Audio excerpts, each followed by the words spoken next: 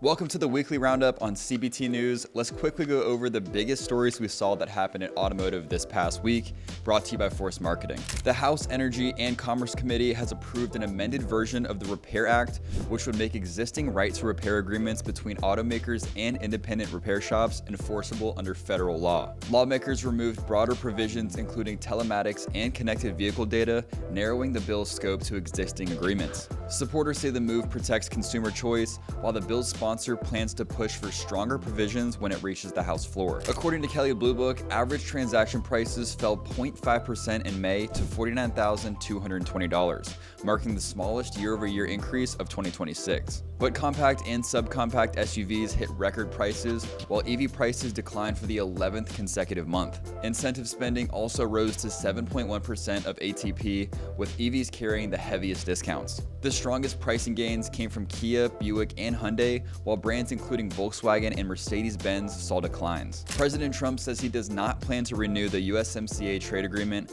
potentially opening the door to years of negotiations. The White House is reportedly pushing for at least 50% U.S. content in vehicles to qualify for tariff-free treatment, a move that could reshape North American manufacturing. Without a new agreement, automakers may find it harder to profitably build entry-level vehicles for the U.S. market. The UAW reached a tentative agreement with Dauch Corp, ending a 10-day strike involving about 1,000 workers at its Axle plant in Michigan. The proposed deal raises top wages to $30 an hour by 2030 and restores benefits workers say were lost during the Great Recession. The plant supplies components for GM pickups, and union leaders had warned that prolonged disruptions could eventually affect truck production. Cox Automotive says May delivered the strongest retail sales pace of 2026, with daily sales rising 6.5% from April. Inventory remained relatively stable at 2.89 million vehicles, pushing days supply down to 76. Average listing prices climbed to a 2026 high of $49,307, while incentives increased modestly.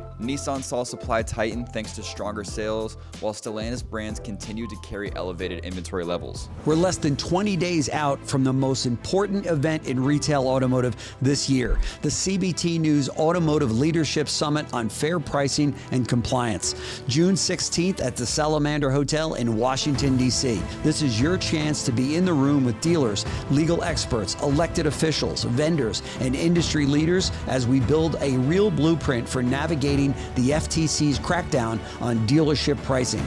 Head to the link below and lock in your spot before they're gone. You don't want to miss this very important event.